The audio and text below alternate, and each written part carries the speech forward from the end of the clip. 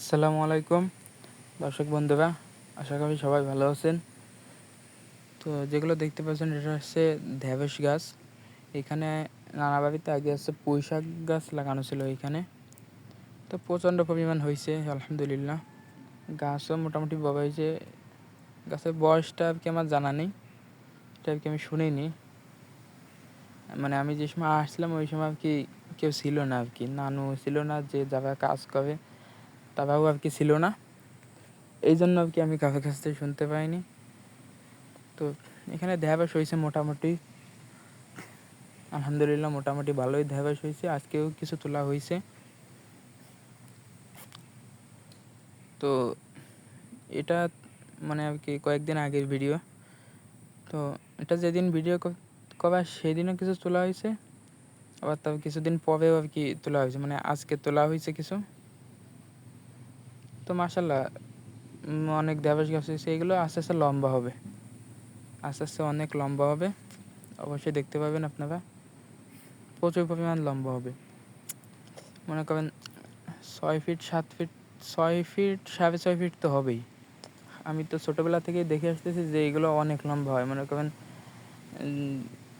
যে ঢ্যাঁড়স একদম আগায় যদি থাকে, ডালটা মাঝখানে ধরে ওই ডালটা আগাটা নিচু করে তারপরে ধরতে হয়, ধরে তারপরে হচ্ছে ঢ্যাঁড়সটা কাটতে হয়।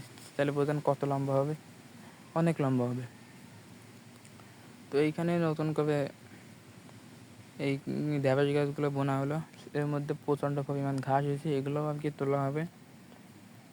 তোলা হয়েছে, অল্প কিছু তোলা হয়েছে, আমরা নিয়ে আসছিলাম। আবার কয়দিন পরে আর কি এগুলো তুলবে। এখানে প্রচুর আর কি ঘাস হাবা প্রচণ্ড পরিমাণ হয়। কারণ দেখা গেল পানি দেওয়া পড়ে, তো প্রায় মনে করেন মাসে তো মনে করেন 3-4 বার অলরেডি পানি দেওয়া পড়ে। পানি পাইলে আর কি ওই সময় জেগে ওঠে ঘাসগুলো। ঢ্যাঁড়সের সাইজ আলহামদুলিল্লাহ ভালো, সবকটা নরম আছে। এবং এই ঢ্যাঁড়সগুলো অনেক ভালো। এই গাছগুলো এখনও ঝাঁকায় নেই, ঝাঁকাইলে যে ফাঁকা দেখতেছেন না, এই ফাঁকাটা থাকবে না। এই ফাঁকাটা দেওয়া হচ্ছে শুধুমাত্র ওই জন্য, মানে অনেক ফাঁকা দিচ্ছে। আমি বলতেছিলাম যে এত ফাঁকা দিচ্ছে কেন, তারপরে বুঝলাম যে ফাঁকাটা মানে আস্তে আস্তে দেখেন এইখানে এত ফাঁকা ছিল না, সব মানে ঝাঁকাই গেছে। এগুলো আস্তে আস্তে অনেক ঝাঁকাবে। এই যে অনেক দেখেন অনেকটা দূরত্ব, এই দূরত্বটা দেওয়ার কারণে সেগুলো ফাঁকা হবে, মানে আর কি অনেক ঝাঁকাই যাবে ফাঁকা দেওয়ার জন্য। গাছটা অনেক লম্বাও হবে এবং ঝাঁকাই যাবে। তো ফুল আছে মোটামুটি, সব কয়টাই ফুল আছে এবং যা লাগাইছিল সবই বেঁচে আছে, একটাও মারা যায়নি। মূলত সবই আল্লাহ রহমতে বেঁচে আছে।